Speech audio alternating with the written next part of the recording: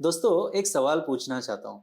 अगर आपके घर में कोई मेहमान 5 साल से रह रहा हो, ना कोई काम करता हो, ना घर के खर्चे में हाथ बिठाता हो और उल्टा जगह भी घेर के बैठा हो, तो आप उसे कितने दिन तक रखेंगे? शायद ज्यादा दिन तक नहीं। लेकिन स्टॉक मार्केट में हम ये गलती सालों तक करते रहते हैं। हम कुछ स्टॉक्स को इतना पसंद कर लेते हैं, उनसे इतना इमोशनल अटैचमेंट हो जाता है कि चाहे वो हमारे पैसे को ग्रो कर रहे हो या नहीं कर रहे हो, हम उन्हें पोर्टफोलियो में संभाल कर रखते हैं। आपने सुना होगा कि जब मार्केट में करेक्शन आता है, फंड मैनेजर्स अपने पोर्टफोलियोज रिसेट करते हैं। वो पुराने विनर्स को भी बेच देते हैं अगर उन्हें लगता है कि अगले साइकिल्स में कोई और कंपनी लीड करेगी।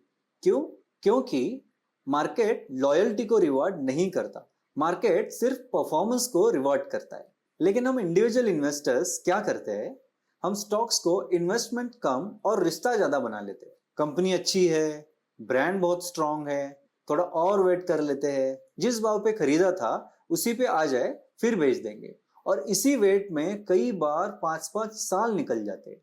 चलिए एचयूएल का एग्जांपल लेते हैं। एचयूएल एक वर्ल्ड क्लास कंपनी है, strong brand, strong management, multinational presence, सब कुछ है। लेकिन इन्वेस्टमेंट का मतलब सिर्फ अच्छी कंपनी नहीं होता। इन्वेस्टमेंट का मतलब है वेल्थ क्रिएशन। जून 2021 में एचयूएल का प्राइस लगभग 2320 था और जून 2026 में ये करीब 2067 के आसपास है।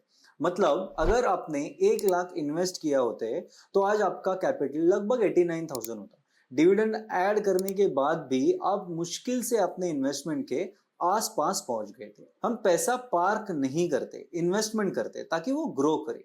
इसी पीरियड में अगर वही 1 लाख एक अच्छे हाइब्रिड म्यूचुअल फंड में लगाया होता तो उसकी आज की वैल्यू लगभग 2.2 लाख के आसपास होती।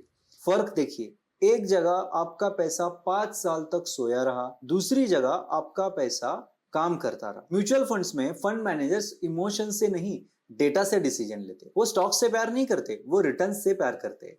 और शायद इसीलिए वो अंडर परफॉर्मिंग स्टॉक्स को रिप्लेस कर देते, जबकि हम उनके लिए एक्सक्यूज ढूंढते रहते। दोस्तों, मार्केट में अगले बुल रन कब आएगा, कितना बड़ा होगा, ये कोई नहीं जानता।